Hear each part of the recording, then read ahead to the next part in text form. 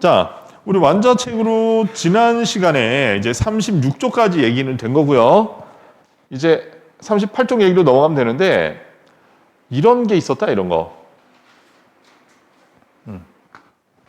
시간이 흘러가는 순서에 따라, 시간 흐름 순서에 따라 어떤 입자가 어떤 순서로 어떻게 만들어지고 있었는지를 지식으로서 알고 있어야 돼요. 제일 먼저 138억 년 전이죠. 빅뱅이라는 사건이 벌어지고 이렇게 해서 이렇게 됐어. 입자가 존재할 수 없었다는 겁니다. 빅뱅 당시에는 입자가 존재하지 못해요. 이유가 뭐냐면 온도가 너무 높아서 너무 뜨거워서 입자가 존재하지 못했습니다. 그러다가 빅뱅 우주론의 핵심, 온도가 서서히 낮아진다는 점이잖아. 온도가 낮아지면서 입자가 만들어지기 시작했고 최초로 만들어진 입자를 기본 입자라 부른다. 기본 입자는 아시다시피 쿼크와 전자로 구성된다. 자, 그 다음 만들어진 거 양성자, 중성자죠. 기억하십니까? 양성자 윗쿼크 2개, 업쿼크 2개와 다운쿼크 하나. 중성자는 다운쿼크 2개, 업쿼크 하나로 이루어져 있다. 양성자는 전하량이 플러스 1, 중성자는 전하량 0이다. 0. 근데 내가 지난 시간에 했던 얘기가 이런 거였죠. 양성자라고 하는 것은 뭐랑 수소 원자핵과 동의어다. 이런 얘기를 했었습니다. 양성자는 곧 수소 원자핵을 의미한다. 그래서 이때 양성자가 만들어졌다는 건 이미 수소 원자핵이 만들어졌구나 라는 걸 의미하고요. 시간이 좀 더 흘러 우주의 온도가 좀 더 낮아지면서 헬륨 원자핵이 생겼는데 이때는 숫자 외우셔야 돼요. 숫자. 빅뱅이 일어나고 나서 얼마? 3분 지났을 때고 온도가 얼마? 10억 K, 10억 켈빈입니다. 절대 온도로 10억 켈빈. 태어나 절대 온도와 섭씨 온도 환산하는 거 기억하시나요? 절대 온도 273켈빈이 섭씨 온도 0도씨를 뜻해요. 근데 10억 켈빈 정도 됐다는 거야. 근데 문제가 뭐냐면 이렇게 해서 원자핵이 생겼어.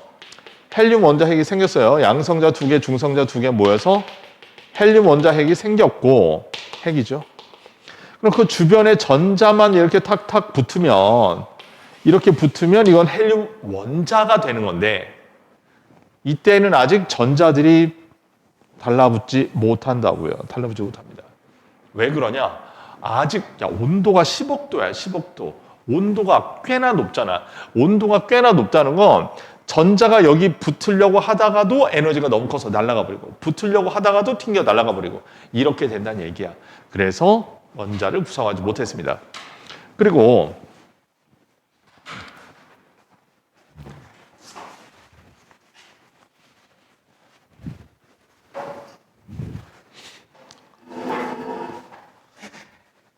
그리고 아주 중요한 사건이죠. 중요한 사건. 이때 언제요? 38만 년.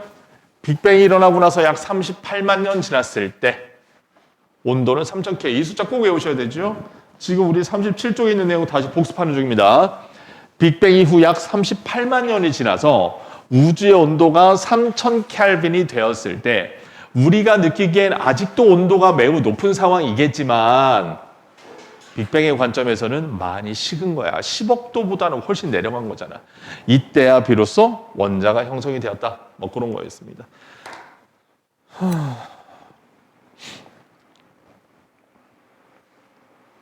됐죠? 자, 근데 이 과정에서 여러분들이 좀 아셔야 될 게 하나 있어요. 그러니까 고등학교 과학은 이런 순서로 그냥 이렇게 만들어졌구나. 그런 것도 중요해요. 시험에 나올 수 있습니다. 근데 그 과정도 좀 의미가 있어. 뭐냐면 그 빅뱅 초기에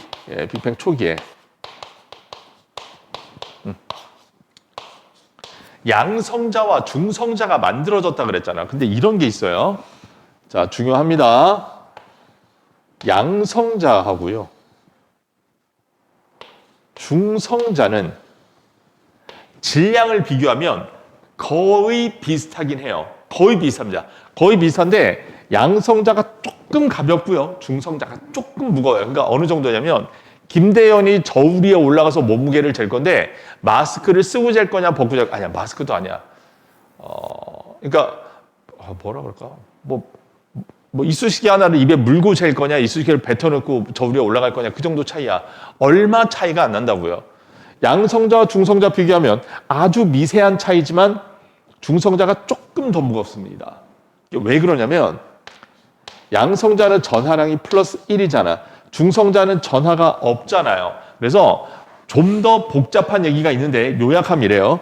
양성자랑 마이너스를 띠는 전자 있죠, 전자. 이 전자가 합쳐진 게 그게 중성자거든. 그러니까 양성자가 좀 가볍고 중성자가 조금 무거운 건 그것 때문이야. 그것 때문에. 그래서 결론. 양성자와 중성자는 서로 왔다 갔다 할 수 있어요. 자, 복잡한 얘기 생략하고요, 이제. 자, 이런 이유 때문에 자, 이렇게 봅니다. 양성자가 중성자. 자, P는 양성자, N은 중성자. 양성자가 중성자로 변할 수 있어요. 변할 수 있습니다. 또 중성자가 양성자로 변할 수 있습니다. 변할 수 있어요. 이때 양성자가 중성자 될 때는 반드시 뭐 해야 돼? 에너지를 흡수해야 돼요. 흡수. 또 중성자가 양성자로 갈 때는 에너지를 근데 방출까지는 아니더라도 흡수 안 해도 된다. 요 정도만 할게요. 에너지 흡수가 필요 없어요. 필요 없습니다. 필요 없어요. 그러니까 이런 거야. 양성자를 가지고 중성자 만들려면 주변에서 에너지를 막 긁어 모아야 돼. 근데 중성자가 양성자 될 때는 그런 거 필요 없어. 그러니까 비용을 지불하지 않아도 저절로 갈 수 있다는 얘기예요. 그러니까 둘 중에 어떤 게 더 쉬워? 얘가 더 쉬워요. 에너지 없어도 되니까. 근데 얘는 에너지가 반드시 있어야만 하니까요. 자, 그러면 아니다, 이거 시기를 이렇게 하지 말고 그림 먼저 보고 그 밑으로 내릴게요. 제목을. 1번. 빅뱅이 일어난 지 얼마 안 됐을 때 초기에 기억나냐? 빅뱅의 핵심. 우주의 온도가 점점점 낮아진다. 낮아진다. 그 얘기는 빅뱅 초기에는 어떻다는 얘기예요? 온도가 매우 높았다. 그 얘기죠. 빅뱅 초기에는 우주 온도가 매우 높았을 겁니다. 온도가 매우 높다는 건 에너지가 충분했다는 얘기야. 에너지가 막 남아 돌아 충분해요. 그런 상태란 얘기야. 충분해. 그래서 이 두 가지 과정 있죠. 둘 다 원활하게 잘 일어납니다. 에너지가 충분하니까 이것도 잘 되고 저것도 잘 되고. 제가 지금 하는 얘기는 37쪽의 중간에 보시면 양성자, 중성자 개수가 7대 1이에요 하는 그거 왜 그런지 설명을 드리는 겁니다. 그 이유가 뭐냐? 설명드리는 거예요. 빅뱅 초기에는 우주의 온도가 매우 높아서 에너지가 충분해서 요렇게 둘 다 잘 가는 거야. 이렇게 갔다 저렇게 갔다 왔다 갔다 잘하는 거야. 그래서 이 당시에 양성자랑 중성자 개수가 몇 대 몇이냐? 이때는 1대 1입니다. 반반이에요. 우주를 구성하는 양성자와 중성자 개수가 거의 비슷했을 거야. 양성자가 있으면 이렇게 중성자 만들고 중성자가 있으면 또 양성자 만들고 왔다 갔다 이게 잘 되니까.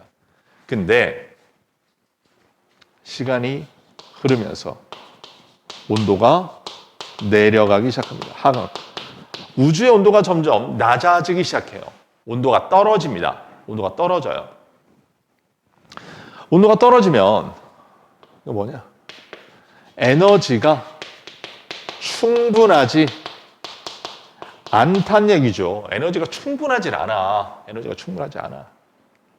그러니까 이 두 과정을 원활하게 양쪽 다 잘 하다가 에너지가 부족해지니까 둘 중에 하나는 여전히 잘 하는데 나머지 하나는 잘 못하게 된다고요.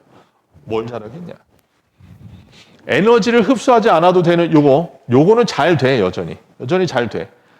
근데 이게 잘 안 되는 거야. 에너지가 없잖아, 주변에. 흡수를 못 하잖아. 저 못 하는 거예요. 그래서 시간이 점점점 흐르면서 양성자 개수하고 중성자 개수가 점점 이제 불균형하기 시작합니다. 원래는 1대1로 딱 반반이었던 게 점점 개수가 깨져요. 그래서 어디까지? 7대1까지 벌어집니다. 7대1까지 벌어져요. 7대1. 이거예요. 그래서 여러분들 교재 보시면 그 양성자, 중성자 개수가 7대 1이에요. 써 있잖아요. 이런 이유 때문이라는 거지. 규민아 찾았니 어딘지? 태연아 찾았어요? 개수가 7대 1까지 벌어진 이유는 우주의 온도가 떨어지기 시작했기 때문이다. 자, 그러면 그림을 그려보겠다. P가 양성자입니다. 하나, 둘, 셋, 넷, 다, 여, 일곱. 거기다 이제 중성자 하나, 양성자 7개에다가 중성자 하나 이렇게 되는 거예요. 그럼 아까 잠깐 여기다 쓰고 넘어왔는데 양성자 자체가 수소 원자 핵이라 그랬잖아요. 그래서 얘네들이 양성자가 수소 원자 핵을 만들어요. 그 자체로서 수소 원자 핵입니다. 수소. 그래서 수소 원자 핵이 꽤 많네. 꽤 많아. 그리고 얘네들 양성자 2개랑 중성자 2개를 합쳤어. 저거 뭐 만들어요? 얘네들은 헬륨 원자 핵을 만들죠. 이렇게. 얘네들은 이렇게 합쳐져서 한 덩어리를 묶여서 헬륨 원자 핵이 되는 겁니다. 그래서 결론. 별표 줍니다. 수소 원자 핵과 헬륨 원자 핵에 대해서 개수가 몇 대 몇이니? 개수비. 수소 원자 핵과 헬륨 원자 핵의 질량비. 두 가지를 물어보는데요. 두 가지를 물어보는데 이거 하나하나가 수소 원자 핵이잖아. 다 세면 몇 개예요? 개수가? 수소 원자 핵 12개. 요 전체가 헬륨 원자 핵이니까 헬륨 원자 핵은 1개. 그래서 결론 12대 1입니다. 양성자, 중성자가 각각 수소와 헬륨. 샥 이러니까 12대 1. 12대 1.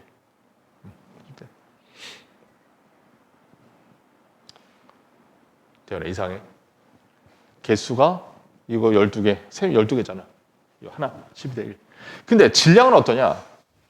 질량은 12대 1이 아니에요. 이거 덩어리가 하나이지만 그 속에 양성자, 중성자 4개가 모여서 하나를 만들었잖아. 질량은 4라고 봐야죠. 4.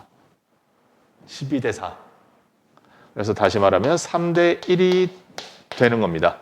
자, 학교마다 선생님마다 문제를 이렇게 냈다 저렇게 냈다 왔다 갔다 합니다. 자, 3가지가 나왔어요. 비율 3가지. 자, 이런 거 틀리면 이제 선생님한테 농락 당하는 거야. 잘 들어봐. 빅뱅 과정에서 생성된 양성자와 중성자의 개수비는 얼마? 7대 1입니다. 처음에 1대 1이었다가 7대 1이 됐어요. 양성자, 중성자는 7대 1. 수소와 헬륨 원자에게 개수비. 수소와 헬륨을 물어봐. 근데 개수비를 물어봐. 12대 1. 질량비를 물어봐. 12대 4. 3대 1이 됩니다. 뭘 물어보냐를 보고 답을 쓰셔야 돼. 대현아, 야, 애따 모르겠다 3대 1 먹어라. 그냥 이렇게 쓰면 안 된다고요. 뭘 물어봤냐에 따라서 답이 달라. 답이 달라. 그리고 이 근처에 있는 학교 중에 하면고는 서술형이 나오죠. 혹시나 하면고를 생각하고 있거나 대공고 서술형이 있어. 서술형이 나오면 왜요? 아 그래? 그럼 어쩔 수 없고. 뭐야? 논현동? 논현동에 학교가 뭐 있냐? 논현. 아 그러니까 그쪽은 안 한 지 오래됐어요. 잘 못해요 거기는. 어쨌든 이렇게 된다. 무엇의 비율을 물어보느냐? 이거 보셔야 된다는 얘기입니다. 자, 그럼 생각해봐. 이게 내가 이걸 왜 이렇게 강조하냐면 이거 있죠. 수소핵과 헬륨핵의 질량비가 3대 1입니다 하는 거 이거 자체가 빅뱅 우주론의 증거입니다. 자, 우리가 증거. 우리가 정상 우주론과 빅뱅 우주론이 있는데 빅뱅 우주론이 대세라 그랬잖아. 대세. 정설. 왜 그러냐? 증거가 있거든. 그 첫 번째 증거가 이거예요. 지금 우주를 들여다보니까 수소랑 헬륨이 대략 3대 1 정도 되더라. 근데 이 3대 1이 어떻게 나왔어? 그 빅뱅 우주론을 처음으로 제안했던 조지 가모라는 물리학자가 빅뱅 우주론을 제시하면서 야, 빅뱅 우주론의 핵심은 온도가 떨어진다는 데 있어. 온도가 내려가. 온도가 내려가면 이렇게 될 거고 그럼 아마 이 정도 될 것 같고 지금 수소 헬륨은 3대 1쯤 될 거야 라고 가모가 제안했는데 실제로 관측을 해보니까 3대 1이 맞아. 저 가모가 얘기했던 게 다 사실일 거란 얘기잖아. 그래서 야, 빅뱅이 맞구나 라고 뒷받침되는 겁니다. 빅뱅 우주론의 첫 번째 증거, 그게 요 수소 헬륨의 질량비 3대 1이었습니다. 다음 두 번째 증거, 빅뱅 우주론의 두 번째 증거 보죠. 두 번째는 뭐냐면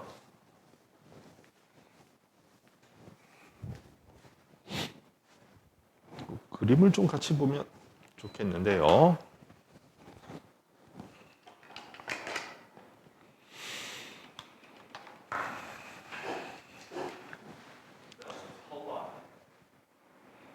집에 있던데. 그래서 금요일로 오라 그랬어.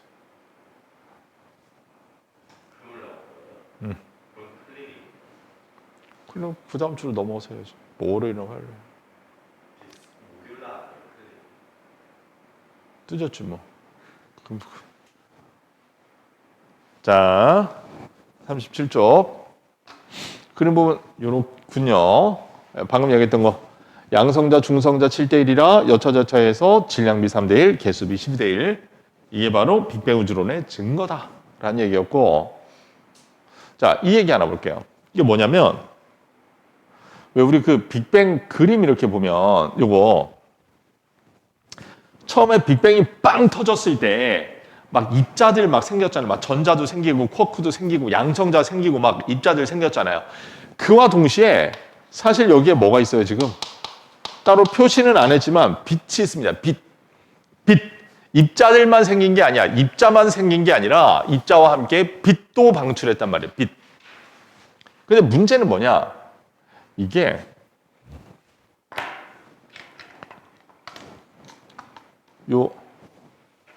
여기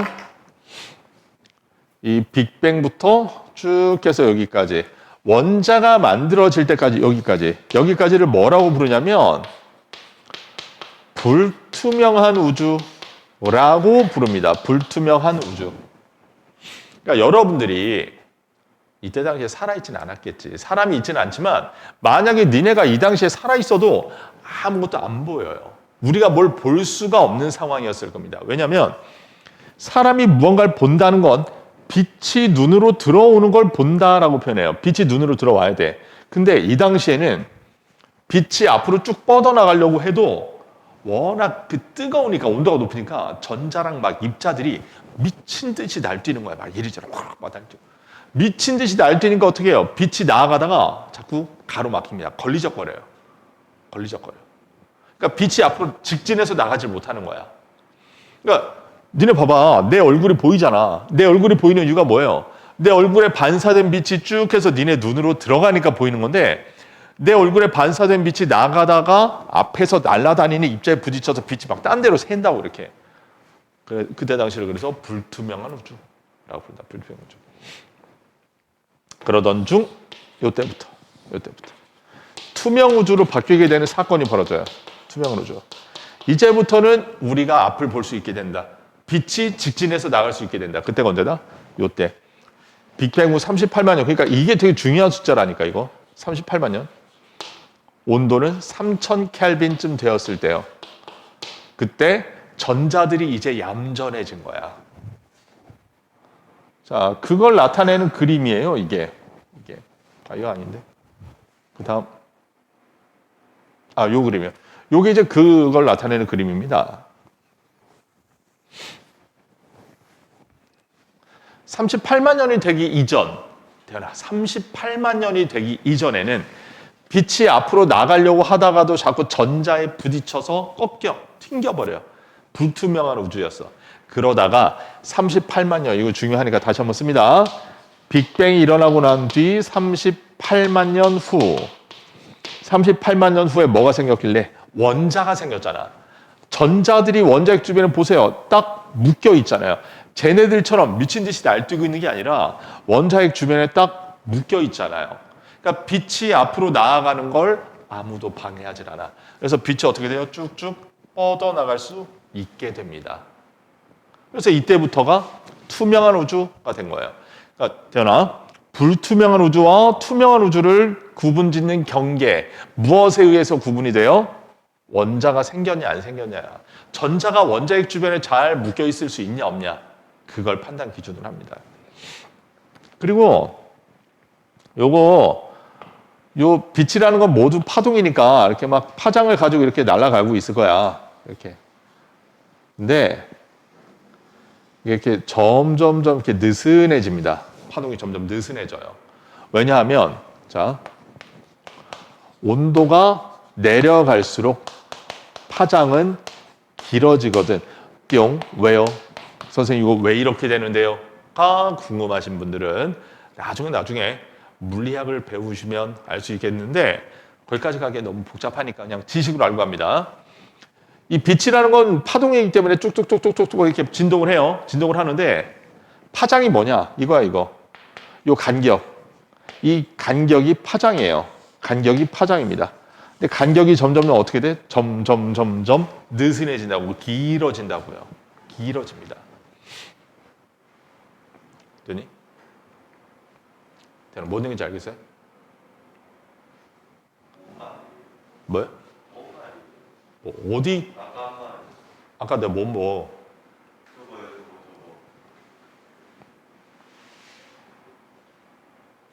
빛은 파동이니까 진동한다고. 이렇게 간다고. 근데 진동하는데 이 간격을 우리는 파장이라는 용어로 부른다고 해요. 간격, 파장. 근데 이런 물리적 원리가 있어. 주변의 온도가 내려가면 파장은 길어지게 돼 있단 말이야. 그래서 처음 이 빛이 뻗어나왔을 때 파장 되게 이렇게 촘촘하잖아. 되게 빽빽하다고. 근데 서서히 이게 늘어져요. 길어집니다. 그러다 지금 현재 이 빛이 이때 당시에 만들어진 이 빛이 지금도 우주에서 우리가 관측할 수가 있어. 관측해 보니까 이게 되게 늘어져 있어요. 한 7cm 가까이 돼, 파장이. 되게 긴 거거든, 그 정도면. 우주의 온도가 매우 낮아지고 있구나. 이게 빅뱅 이론의 두 번째 증거입니다. 빅뱅 우주론의 두 번째 증거. 이때 당시 만들어진 이 빛이 지금도 우주에서 관측이 되는데 파장이 많이 길어져 있어요. 조지 가모가 예측했던 파장 그대로 나타납니다. 가모가 대충 이 정도일 거야 했는데 실제로 그렇게 관측이 돼버렸거든. 이게 온도가 한 3켈빈에 해당하는 파장이다. 이 정도 기억하시면 될 것 같습니다. 온도가 3켈빈 정도 되는 아주 길게 늘어진 파장을 나타내고 있어요. 참고로 이 빛 있잖아요. 이 빛. 이 빛이 우주 배경 복사라고 해. 우주 배경 복사. 저 빛을 뭐라고 부른다고요? 우주 배경 복사. 알면 좋고 몰라도 되고 그런 거 아닙니다. 이거 반드시 알아야 되는 용어예요. 우주 배경 복사라고 부릅니다. 용어가 좀 이상하긴 한데 이때 당시에 뻗어나온 요 빛의 이름이 우주 배경 복사이다. 그렇게 봐두도록 합니다. 자, 빅뱅 우주론의 증거 두 가지 나왔습니다. 두 가지예요, 증거. 두 가지. 첫 번째, 수소와 헬륨의 질량비 3대1. 두 번째, 우주 배경 복사의 관측. 우주 배경 복사가 실제로 존재한다는 것 자체로 이미 증거야, 저거 자체가. 그리고 실제로 보면 우주 배경 복사는 모든 방향에서 다 보여요. 지금 이게 우리 인간이 그동안 관측해낸 우주 배경 복사를 지도처럼 나타낸 거예요. 약간 어두운 부분 있죠? 퍼런 부분. 거기는 우주 배경 복사가 안 보인 지역. 약간 노랗고 빨간 부분들이 우주 배경 복사가 많이 관측된 지역을 나타내는 겁니다.